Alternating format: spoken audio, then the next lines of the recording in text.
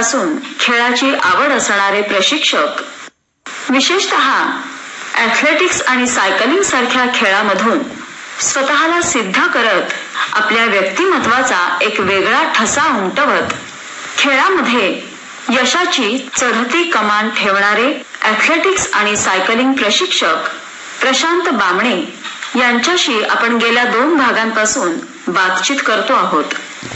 डोंगर दऱ्यांमधून खेळणाऱ्या मुलांना वेचून त्यांच्यातील खेळाची आवड जोपासत योग्य प्रशिक्षण देऊन त्यांनाही वेगवेगळ्या खेळांमध्ये संधी देणारे असे हे प्रशिक्षक. खेळाबरोबरच शिक्षणाचं महत्त्व देखील ते पटवून देतात. खरंच श्रोते हो, प्रत्येक वेळी खेळाडू आणि प्रशिक्षक असं नातं न जोपासता एक मैत्रीपूर्ण सौहार्दपूर्ण नातं ते जोपासतात आणि अशाच वेळी विद्यार्थ्यांकडून सुद्धा त्यांना आनंददायी अशीच पोचपावती मिळत असते. असंच काहीसं आपण गेल्या 2 भागांमध्ये जाणून घेतलं.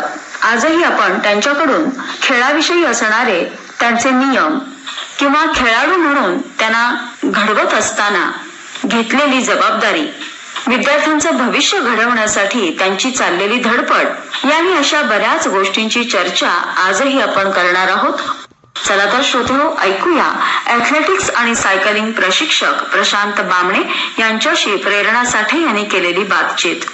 आज ऐकणार आहोत या बातचीतीचा भाग 3.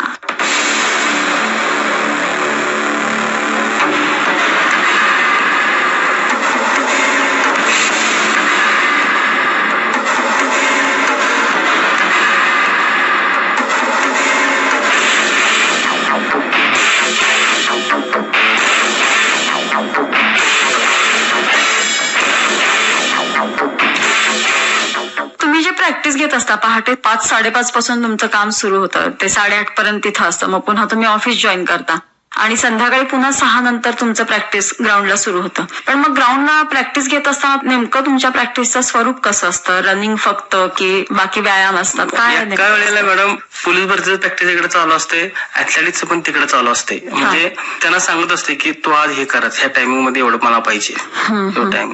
म्हणजे तू स्वतः जर करत असला त्याला माहित असते माझं लक्ष असतंय का नाही. जरी मी प्रॅक्टिस एका ग्रुपची घेत असलो तर तो तिकडे काय करायला ना तिकडे माझं लक्ष असतं. माझं हातातलं घड्याळ चाललं असते की त्याचं टायमिंग लावायचं, काय करायला येतो काय नाही ते माझं बारीक लक्ष असते. पूर्ण ग्राउंडवर लक्ष असते. कुठला मुलगा कुठली मुलगी काय करायला, कोण चुकारपणा करायला, हे लक्ष असते. त्यामुळे भीती असते मुलांना की प्रॅक्टिस झाल्यानंतर आपल्याला मार बसला एवढं 100%. त्यामुळे लक्ष आहे आपल्याकडे. आणि त्यांना परत सांगतानाच सांगते की जे तुम्ही कराल ते तुमच्या आयुष्यासाठीच आहे. आपली बाप जायदाद कुठली प्रॉपर्टी नाही की शेतीवाडी नाही का काय नाही की तुम्ही त्याच्यावर आयुष्यभर खाचेला.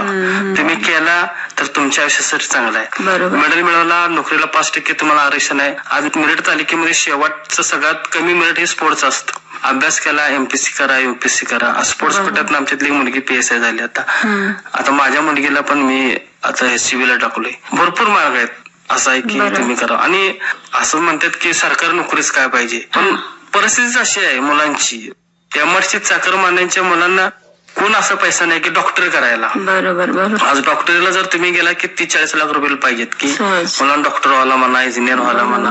पण तेवढी परिस्थिती नाही ना. हा हे असंच एक क्षेत्र आहे. आज 3 झालेलं तर उद्या 3 त्यांच्या मुलांना करतील डॉक्टर. 2 पैसा हातात असल्यावर. बरोबर आहे, अगदी बरोबर आहे. म्हणजे संपूर्ण परिस्थितीचा अंदाज घेऊन तुम्ही मुलांना सांगत असता की तुम्ही नेमकं काय करायला पाहिजे. पण मग असे पण काही खेळाडू असतात ना की ते किती जरी विचारलं तरी मनातनं सांगत नाहीत त्यांच्या मनामध्ये काय आहे, नेमकं त्यांना काय करायचं आहे. तर तुम्ही असे विद्यार्थी ओळखून त्यांना कशा पद्धतीनं गायडन्स करता? मॅडम मला मुलं नजर केवढा म्हणतात. मी मुलाच्या मनात काय चाललंय ते कळत असते मला. म्हणूनच पण कारण एवढ्या वर्ष नाही मी मुलांना एवढे फक्त प्रॅक्टिस पुरते त्यांना मी दाबून ठेवतो. प्रॅक्टिस संपले की त्यांच्या संघ त्यांच्या वडिलांसारखं म्हणा, मित्रासारखं म्हणा, ज्या मुले आहेत ना ते वडिलांसारखं माझ्या संग खेळत असतात. म्हणजे असं नाही की शिक्षकच आहे म्हणून. त्यांच्या मुलांचं किंवा मुली लिहून असते काय मनातलं असलं ना शेअर करतात की असा प्रॉब्लेम आहे, काय करावं काय, एक शेअर करत असतात मला. म्हणजे घाबरत नाहीत तेवढं. प्रॅक्टिसचा 1 तासभर सोडला तर बाकी ती मुलं आपल्या संग फ्री असतात. बरोबर. आणि आता असे पण काही विद्यार्थी असतात किंवा काही असे खेळाडू असतात की त्यांना नेमकं काय निवडायचं हे कळत नसतं. मला हे पण खेळायला आवडतं, मला हाही खेळ खेळायला आवडतो असं खूप सांगत असतात दोन. आम्ही कसं करतो की शक्यतो जास्त करून आम्ही लहान मुलांवरच फोकस करतो. म्हणजे 8 वर्षापासून जर प्रॅक्टिसला आला ना, पालक विचारतात किंवा मुलं म्हणतात आम्हाला काहीतरी इव्हेंट द्या, आम्हाला काहीतरी इव्हेंट द्या. 1 वर्ष 6 महिने त्यांना कोणताच इव्हेंट देत नाही मी. इव्हेंट असतात 8 वर्षापासून इव्हेंट चालू 8-10 गटाच्या राज्य पातळी स्पर्धा असतात, 100 मीटर लांबडी गोळाफेक. पण जोपर्यंत त्याच्यामध्ये काय क्वालिटी आहे त्याला मी सगळं इव्हेंट करायला लावतो. हे गोळा पण टाक, लांबडी बरोबर मार, हे उंचवडी बरोबर मार, काय पाहिजे ते कर. मला वाटलं ना की हे खेळत आहे, मग त्याला बाजूला काढते. मग त्याला एक गोळाफेकच्या मुलांचा एक ग्रुप, उंचवडीच्या मुलांचा एक ग्रुप, बांबू पुढे एक, वॉकिंगला एक ग्रुप, असं ग्रुप वेगवेगळे केले असतात. त्यांचं रोजचं शेड्यूल असते की तू आज 1 तास करायचं आहे, आज गोळा एवढा थ्रो टाकायचा आहे, आज जिम करायचं आहे, आज बांबू उडी मारायची आहे. हे प्रत्येकाला जसं ते 6 महिने तर कमीत कमी ग्राउंडवर घालवतात. 6 महिने जो मुलगा ग्राउंडवर टिकला की तो टिकला म्हणून समजायचं. 6 महिने सोडून गेला की ते सोडून गेला. म्हणजे त्याला परत ये म्हणून म्हणत नाही आम्ही, कायच नाही. जे स्पोर्ट्समन आहे, ज्याला आयुष्यात काय करिअर करायचं आहे ना, तो मुलगा थांबतोच. आणि ज्याला वाटते आपण करायचं आहे, मग त्याला आम्ही ते इव्हेंट देतो आणि मग फोकस त्याच इव्हेंटला काय असेल साहित्य म्हणा काय सगळं पुरवायचं काम असतं. अच्छा, म्हणजे कमीत कमी 6 महिन्यात तो विद्यार्थी तिथं टिकला पाहिजे ग्राउंडला, तर तुम्हाला तो कोणत्या खेळामध्ये चमकेल हे तुम्ही परफेक्ट त्याला बनवू शकता. पण आता हे असे खेळ त्या मुलांच्याकडनं घेत असताना तुम्ही वयोगटानुसार त्यांचं प्रॅक्टिस घेता असं म्हणालात. मग तुमचं सकाळी आणि संध्याकाळी या दोन्ही वेळांमध्ये लहान मुलांच्यावरती जास्त फोकस असतो असंही बोललात तुम्ही. तर त्यांच्यासाठी वेळ जास्तीचा वगैरे दिलेला असतो की सगळ्यांनाच वेळ सारखा असतो? नाही, तसं सगळ्यांना सारखाच वेळ असतो. सकाळचं थोडं पोलीस भरतीचं प्रॅक्टिस असते आणि ज्यांची शाळा 11 नंतर आहेत ते 10-12 मुलं असतात. त्यांना काय ते पोखतेले असतात, म्हणजे ऑलरेडी ते मेडलिस्ट पोर आहेत. म्हणजे ज्यांना मेडल मिळाले आहेत ना, म्हणजे त्यांनी बाहेर स्पर्धा खेळून आल्यात, भारतीय स्पर्धेचा अंदाज आहे, ती मुलं असतात. त्यांना नुसतं सांगितलं ह्या आपल्या टायमिंग मध्ये आपलं हे एवढं करायचं वर्कआउट, ते वर्कआउट करत असतात. आणि सोबत पोलीस भरतीच्या मुलांबरोबर करत असतात. कारण वेगळं काय नसतेच, पोलीस भरतीला पण तेच असते, अथलेटिक्सला पण तेच असते, फक्त टायमिंग वगैरे एकमेकांत जास्त असते. आणि लहान मुलांना कसं आहे, रोज एक गेम काहीतरी घ्यायचं त्यांचा. आणि ज्यांना इव्हेंट दिल्यात, तू आता गोळाच टाकायचं, तू गोळाच टाकायचंस, तू दुसरं काय करणार, गोळ्याची एक्सरसाइज असेल, वर्कआउट असेल, जिम वर्कआउट असेल, तू दुसरं काय करायचं, तू तेच करायचं, तू इकडे अजिबात फिरकायचं नाही. ज्याला लांबडी दिले त्यांना लांबडीच प्रॅक्टिस करायचं. मग लांबडीला पण शेड्यूल असतं प्रॅक्टिसचं, त्या रोजचं शेड्यूल वेगळं असते, त्या शेड्यूल प्रमाणे प्रॅक्टिस करायचं. आता तुम्ही जे प्रॅक्टिस घेता मुलांची त्याच्यामध्ये वयोगट साधारण कितीपासून स्टार्ट असतो तुमच्याकडे? आता माझ्याकडे वयाचे 4 वर्षापासून मुलं आहेत. 4 वर्षापासून ते अगदी तुम्ही जिथपर्यंत खेळावं असं वाटतं तिथपर्यंत बंधन नाहीये काही, पण सुरुवात 4 वर्षापासून. एक मास्टर ऍथलेटिक्स स्पर्धा असते, मास्टर म्हणजे वयाच्या 30 वर्षापासून चालू होत्यात. तसं आमचा एक भाऊ आहे, चुलत भाऊ, त्याला आम्ही उंचवडीला खेळतो. भारतात त्यानं 2रा-3रा नंबर मिळवला मास्टर ऍथलेटिक्स मध्ये. त्याची चीनला निवड झाली होती मास्टर ऍथलेटिक्स स्पर्धेमध्ये. असं नाही की गेम हा वयाच्या हे नाही त्याला, ऍथलेटिक्स गेमला वयाच्या अपंगाच्या पण स्पर्धा असतात, पॅरा ऑलिम्पिक म्हणून असतात. तुम्ही ऍथलेटिक्स जे घेत असता त्याच्यामध्ये तुम्ही खूप इव्हेंट्स असतात असं म्हणालात, म्हणजे गोळाफेक, लांबोडी, उंचकोडी, असे एकूण साधारण किती असतात कमीत कमी त्याच्यामध्ये? 100 मीटर पासून 5000 मीटर असते, 10 किलोमीटर असते, 100 मीटर असते, 100 मीटरला हार्डल्स पण असतात, 60-50 मीटर पासून इव्हेंट चालू होतात. लहान मुलांच्या ज्या स्पर्धा असतात 8 वर्षाच्या, त्यांना 60 मीटर असते, 80 मीटर असते. त्यांना स्टँडिंग बोर्ड जंप असते. जी लांब उडी मोठ्या मुलांना असते ती त्यांना स्टँडिंग जंप असते, स्टँडिंग न जंप मारायची असते. पण गोळाफेक साठी त्यांना बॉल थ्रो इव्हेंट असते. आपला लेदरचा बॉल असते ते थ्रोईंग टाकायचं प्रॅक्टिस असते, बॅक थ्रो, असं लहान मुलांना गेम असते. म्हणजे त्यांच्या ह्याप्रमाणे 12 वर्षानंतर उंचवडी असते, लॉंग जंप असते, 600 metre, 400 metre, 300 metre, 200 metre, triple jump असते, जम्पिंग मध्ये हाय जंप असते, बांबू उडी असते, गोळाफेक, भालाफेक, थाळीफेक, हॅमर थ्रो असतो, हातोडा फेक ते असते. परत तुम्हाला सांगतो क्रॉस कंट्री मध्ये पण असते, 5 किलोमीटर असते, 10 किलोमीटर असते, ट्रॅक इव्हेंट पण असतात, 5000 मीटर, 3000, 1500 मीटर, 800 मीटर, असे हार्डल्स असतात. 100 मीटर हार्डल्स आहेत, 400 मीटर हार्डल्स आहेत, धक्क्यातलॉन, पेंटातलॉन असे कंबाईन इव्हेंट असतात. ट्रायथलॉन म्हणून लांबडी, गोळाफेक, 100 मीटर असा एक इव्हेंट असतो ट्रायथलॉन. पेंटातला 5 इव्हेंट असतात, 800 मीटर, 100 मीटर, उंचवडी, लांबडी, गोळाफेक. परत हेप्टॅथलॉन म्हणून असतात, 7 इव्हेंट असतात त्याला, हेप्टॅथलॉन. ते 7 इव्हेंटचं प्रॅक्टिस करावं लागतं. तसंच ढक्क्यातलॉन असतं, म्हणजे ते अंडर 18च्या पुढं सेप्टाथलॉन फक्त 16 आणि ट्रायथलॉन 14 पर्यंत असते आणि तिथनं पुढे ते 10 गेमचं प्रॅक्टिस करायचं. अच्छा. 10 गेम मध्ये मिळून पॉइंट वर मार्क असतात. म्हणजे हेप्टॅथलॉन वगैरे जे तुम्ही सांगता आता त्याच्यामध्ये जेवढे गेम्स आहेत त्याच्यामध्ये तुम्हाला मार्किंग सिस्टीम असते का? पॉइंट सिस्टम असते. अच्छा. मग त्या पॉइंट वरती तुम्हाला पदक मिळत जातात. ओके. म्हणजे हे सगळं ऍथलेटिक्स मध्ये येतात हे सगळे खेळ. तुम्ही एवढ्या सगळ्या खेळांचं प्रॅक्टिस घेता? म्हणून मुलांना मी 8 वर्षापासूनच सगळं निवडत कर म्हणून सांगते. पण मग तुम्ही एकटेच सगळं घेत असताना मग एवढी सगळी मुलं तुम्ही कशी हँडल करता? काही सिनियर मुलं असतात ना, मुली असतात की समजा मला यायला वेळ झाला त्याला सांगितलं नसतं फोन करून सांगितलं ना एवढं करायचं आहे बस तेवढं करतात. शेवटनंतर मी जातच. पण मग एवढ्या मोठ्या ग्राउंड मध्ये एवढे सगळे विद्यार्थी एका वेळेला असतात तुमच्याकडे? एका वेळेला असते. 200-300 शाळा सुटली की मुलं 5 वाजता पाण्याची बाटली पिशवी बॅनर बसायला ती घेऊन येतातच. न चुकता येतात मुलं. हे सगळं तुमच्या हाताखाली कोणी नाही? असेच विद्यार्थी जे तयार होतात तेच बघत असतात.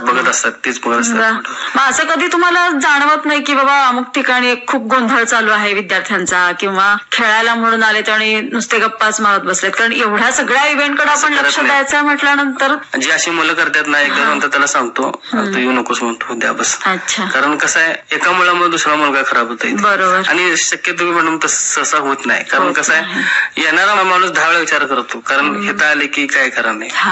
आम्ही बाकी काय मुलांना डोक्यात खेळ घालतच नाही म्हणून आम्ही यशस्वी अजूनपर्यंत. बरोबर आहे. म्हणजे खेळातून मुलांना कसं करिअर घडवता येईल याच्याकडेच तुमचं जास्तीत जास्त लक्ष. वर्षाला मॅडम 20 ते 25 मुलं शासकीय नोकरी भरती होतात आपल्या. मुलं मुली सगळे एकत्र असतात खेळताना वगैरे? प्रॅक्टिस सगळे एकत्र असतात. असं काहीच तुम्हाला असं जाणवत नाही वेगळं किंवा असं काहीच नाही? कधीच जाणवत नाही. कारण त्यांना मॅडम पोटाची खळगी भरायला झालेले असतात की त्यांना दुसऱ्या डोक्यात काय नसतेच. मी फक्त पोलीस भरतीचं फिजिकल नाही लेखीसाठी पण त्यांना गायडन्स करतोय. कारण मी अगोदरपासून अभ्यासच करत होतो त्यामुळे मी त्यांना लेखीला पण गायडन्स करतो. आठवड्यात एकदा पेपर काढायचं असं बसवलं तर असं प्रश्न विचारायचं. अचानक प्रश्न विचारायचं त्यांना तुला काय येते किती अभ्यास करता येते. म्हणजे बसल्या बसल्या खेळातच असं नाही जनरल नॉलेजचे पण तुम्ही प्रश्न विचारता? माझी जी लहान मुलं आहेत ना आज लहान मुलं पण आज पोलीस भरतीचा आम्ही पेपर घेतो आठवड्याला.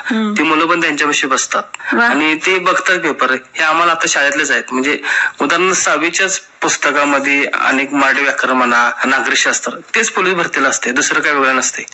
ते मुलांना कळत असते असंच असते. ते मुलांना तिथनच बाळकोडे मिळतात की आपल्याला हे करायचं आहे. आणि आम्ही जी मुलं भरती होतात आज ती लहान मुलं त्या पोरांच्या अंगाखांदे खेळत असतात. म्हणजे पोलीस भरतीची मुलं प्रॅक्टिस करतात म्हणजे दादा म्हणून. आज ती मुलं भरती झाली की त्यांना वर्दीवर आम्ही ग्राउंडवर बोलवतोय. त्यांना ते मोटिवेट होतंय की बाबा आपल्याला पण असं काय तर करायचं आहे. आम्ही त्यांच्या दारात फटाकड वाजवतो त्यांची मिरवणूक काढतो. त्या मुलांना सगळ्या बोलवतो लहान मुलांना डॉल्बी लावून नाचायला वगैरे. म्हणजे एक एन्जॉयमेंट प्रोत्साहन मिळतं की आपल्याला आयुष्यात आपल्याला पण असं काय तर व्हायचं. म्हणजे पालक लोक जी असे मुलं भरती होतात ना झोपडपट्ट्यातले असतील असं काय असतील की काही गुन्हेगारी क्षेत्राला वळलेली मुलं होती त्या मुलांना पण आम्ही ह्यात उतरून पोलीस भरती करून आज त्यांचं आम्ही जीवन सुरळीत केले.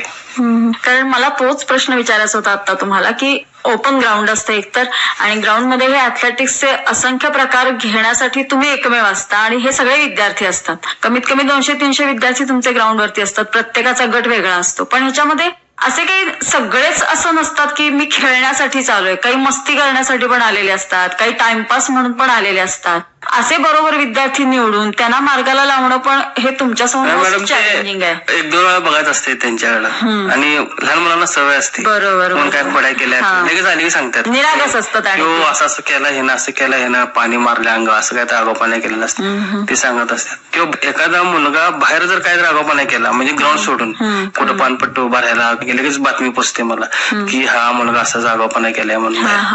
त्यामुळे ते मुलांना दहशत असते की आपण काय तर चुकले की आपल्याला ग्राउंडवर बाहेर घेणार नाही. प्रत्येक जण आपापले परिणाम खेळत असतात. प्रत्येकामध्ये काही ना काही स्पार्क असतो आणि तो फक्त एका प्रशिक्षकाला लक्षात आला की तो सगळे विद्यार्थी सारखेच असतात. पण मग आता जवळपास तुमच्या संस्थेला 17 वर्ष झाली आणि या 17 वर्षामध्ये 200 ते 300 खेळाडू तुमच्या हातून घडले. काही नॅशनल पर्यंत जाऊन आले मेडल मिळवून. काही इंटरनॅशनलला पण जाऊन आले. सायकलिंग मध्ये असेल ऍथलेटिक्स मध्ये असेल. जेव्हा तुम्हाला पहिला पुरस्कार मिळाला क्रीडा क्षेत्रातल्या कामगिरी संदर्भात पहिल्या मॅडम मला RR पाटलांच्या हस्ते गुरुवर्य पुरस्कार मिळाला होता तासगावला. म्हणजे असं मला म्हणजे कधीच वाटलं नव्हतं की असं काय पुरस्कार मला कधी मिळेल.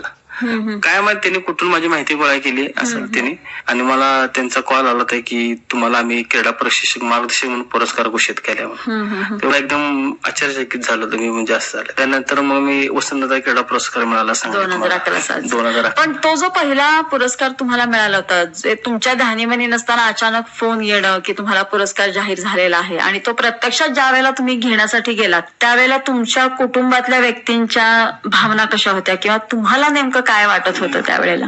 मला तर एकदम म्हणजे आम्ही तर आनंद होतो, कुटुंब पण आमचं, आम्ही सगळे फॅमिली सगळी, मी मुलांनाच घेऊन गेलो होतो. माझ्या 2 जोडी मुलं होते ना,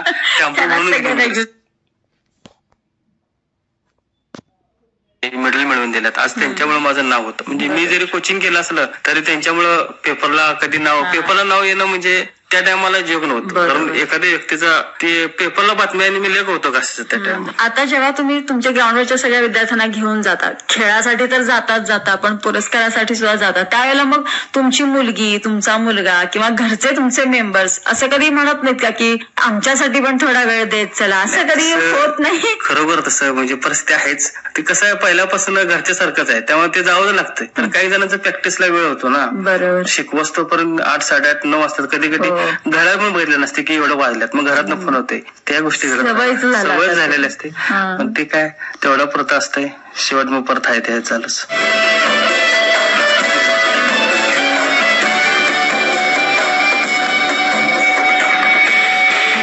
लहानपणापासूनच एखादं मूल नेमकं काय करतंय याच्याकडे जर बारकाईनं लक्ष दिलं तर त्यांना कशा पद्धतीनं घडवायचं याचा मार्ग सापडतो. खेळाडू घडवण्यासाठी असे प्रशिक्षकच या लहान मुलांना बरोबर हेरत असतात. विद्यार्थ्यांकडून कसून सराव घेत असताना प्रत्येक गोष्टीची कशी नियोजनबद्ध त्यांनी मांडणी केलेली असते. वेगवेगळ्या खेळांमधून असंख्य क्षेत्र आपण कशी निवडू शकतो, यातून परिस्थितीची जाणीव ठेवून आपलं भविष्य आपण कसं घडवू शकतो हे देखील असे प्रशिक्षक आपल्या विद्यार्थ्यांना सांगत असतात. योग्य मार्ग निवडला तर भविष्यातील यशाची कमान ही नेहमी चढतीच राहते, हेही त्यांना पटवून देतात. असंच काहीसं आता आपण ऍथलेटिक्स आणि सायकलिंग प्रशिक्षक प्रशांत बामणे यांच्याकडून जाणून घेतलं. त्यांच्याशी बातचीत केली होती प्रेरणा साठे यांनी. आज आपण या मुलाखतीचा 3रा भाग ऐकला. अजूनही खूप काही गोष्टी त्यांच्याकडून जाणून घ्यायच्या आहेत, पण त्या पुढच्या भागामध्ये, कारण आज आपल्या कार्यक्रमाची वेळ संपत आली आहे असं आपल्याला घड्याळ खुणावतंय. तेव्हा श्रोते हो, आजच्या क्रीडांगण या कार्यक्रमामध्ये आपण थांबणार आहोत. पुन्हा भेटणार आहोतच प्रशांत बामणे सरांसोबत क्रीडांगण या कार्यक्रमाच्या पुढच्या भागामध्ये. तोपर्यंत या कार्यक्रमाचे सादरकर्ते श्रीयुत श्रीनिवास जरंडीकर यांच्यासह मला प्रेरणा साठेला आता निरोप द्या. नमस्कार.